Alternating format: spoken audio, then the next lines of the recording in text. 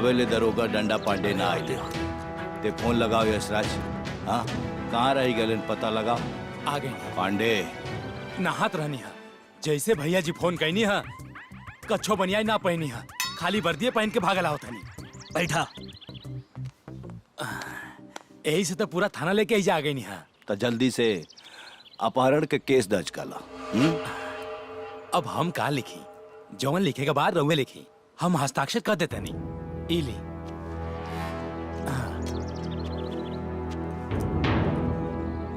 ऐसे रिपोर्ट लिखिया भैया कि सरवा जिंदगी भर जेल में चक्की पीसत पड़ जाए। इंस्पेक्टर, तुम उसको अरेस्ट करो और अरेस्ट करके मेरे पास लाओ। मैं उसका फुल और फाइनल करूंगा। ये वर्दी तो सरकार के पहनले बानी लेकिन नौकरी तो रउए लोग के करता नहीं। 24 घंटा के अंदर वो रउआ लोग के सामने हुई।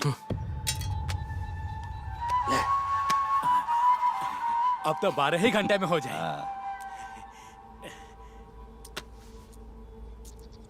एक बात हमरा समझ में नहीं आवत। रउआ लोग शहर के सबसे ताकतवर आदमी है और ये छोट मोट बदमाश खातिर हमरा के इंस्पेक्टर, अंकल जितना बोलता है उतना करो। ओके जी। अरे भैया, इस शहर के बड़ा ही ईमानदार, कर्तव्यनिष्ठ और लगनशील दरोगा बाड़े।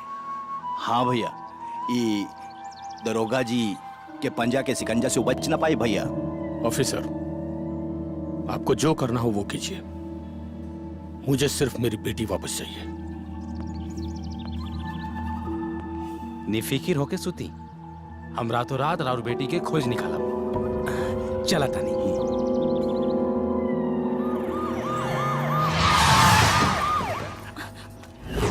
पुलिस तू लोग बड़ा हो गए। ए मास्टर, दरोगा जी, रहुआ यहाँ? का मास्टर, गांव जवार के लइकन के पढ़ावत आपन लइका के संस्कार के पाठ पढ़ावल भुला गईला। दरोगा जी, ऐसे में कौन गलती कह दिले हमार बेटा? गलती ना गुनाह कैले बा। गुनाह गुनाह? वो भी अपहरण के गुनाह। जाना तरा कौनो रिक्शा ठेला वाला के ना, राजेश्वर राज के भतीजी के अपहरण। हाँ?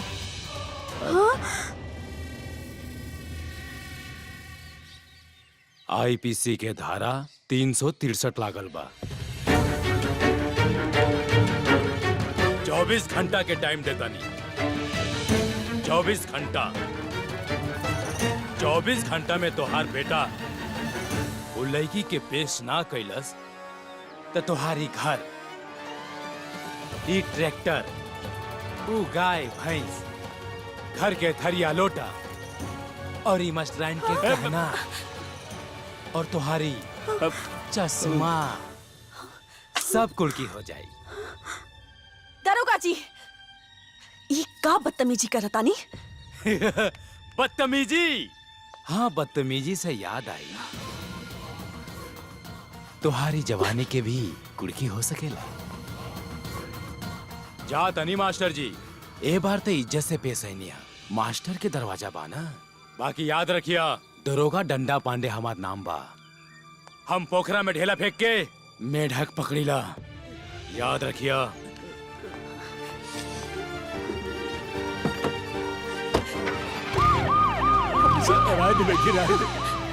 अब चश्मा का कोनो जरूरत नहीं।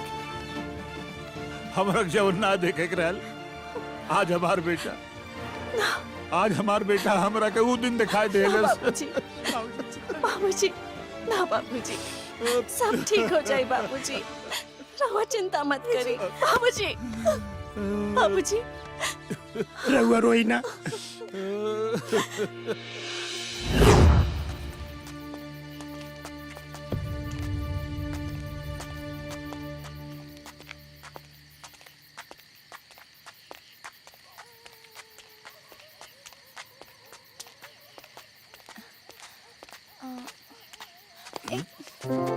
लागत हमने के गलत दिशा में जाता नहीं जा।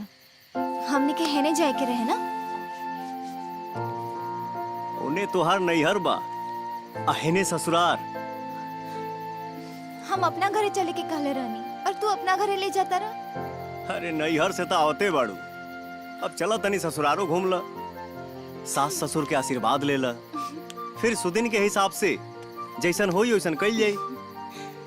तोहरा आगे ना कबो हमार चलल बा और ना चली। चला। चला।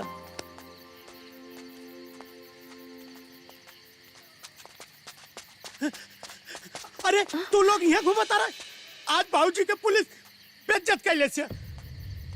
चला, नहीं तो सब कुर्की हो जाई। चला बाबूजी से मिला पहले। चला चला चला।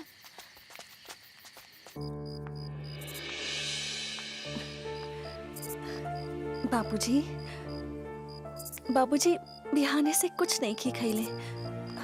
एबरा तक खाली खाली जी खाली ना बेटी ना, हमारा खाना खाना खाए के मन नहीं के।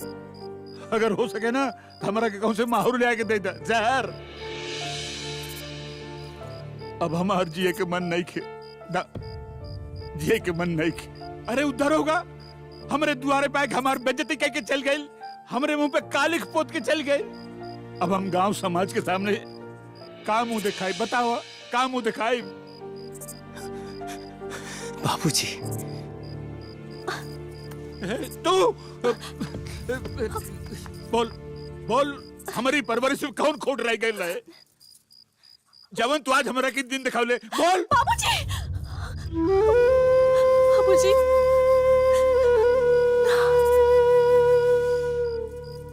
ना बाबूजी, मत मारी इनकरा के बाबूजी।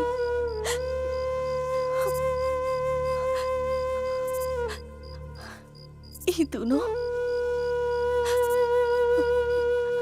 एक दूसरे से बहुत प्यार करेले।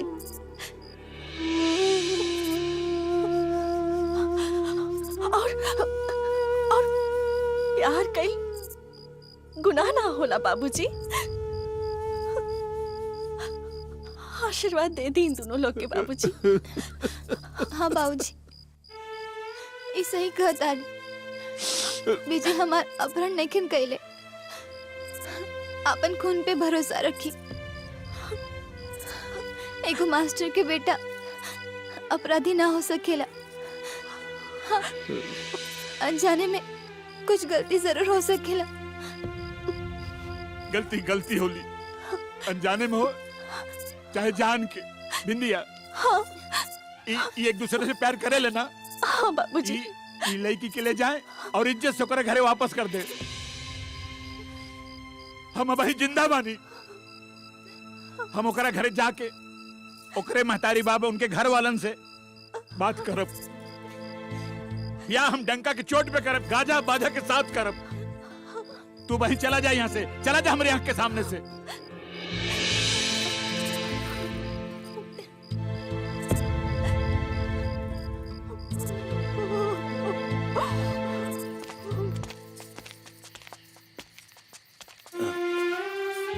एक काम कर। हाँ, तू जा, हम इनके छोड़ दे।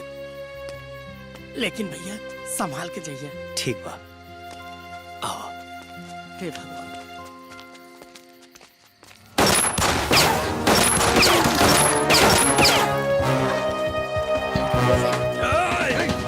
बहुत भाग ले चला।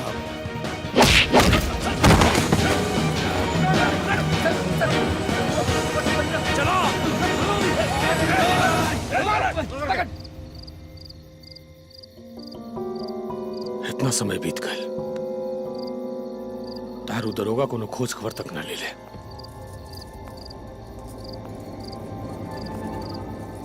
भैया तनिका सबर कर, वो खोज के लाते हो। हाँ भैया, दरोगा जी कमिटमेंट के बहुत पक्का पड़े। वो सवेरे ले सोना बिटिया के जरूर खोज निकलिए। हमरा भाई के रणवीर, ये अपना भाई के मतलब हम बात करता नहीं।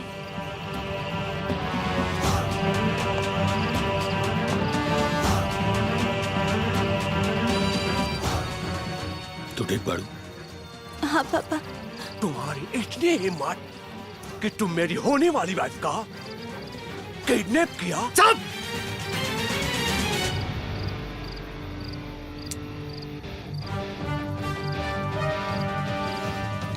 ना पापा, ये हमरा के किडनैप ना कैले रहन। अगर ये हमार किडनैप कैले रहतन तो आज राउर घर की इज्जत के बाइज्जत घरे छोड़े ना आईतन। ई तहरा के ते इज्जत से घरे लौटा देलस।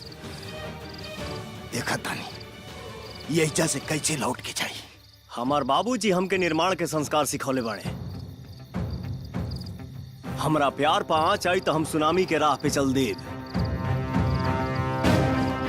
और आप लोग के अच्छे से पता हुई कि जब सुनामी आवेला त का होला।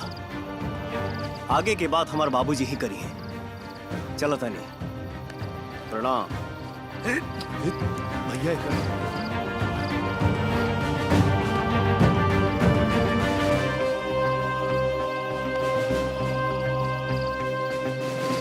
तू घर के भीतर जा। जा।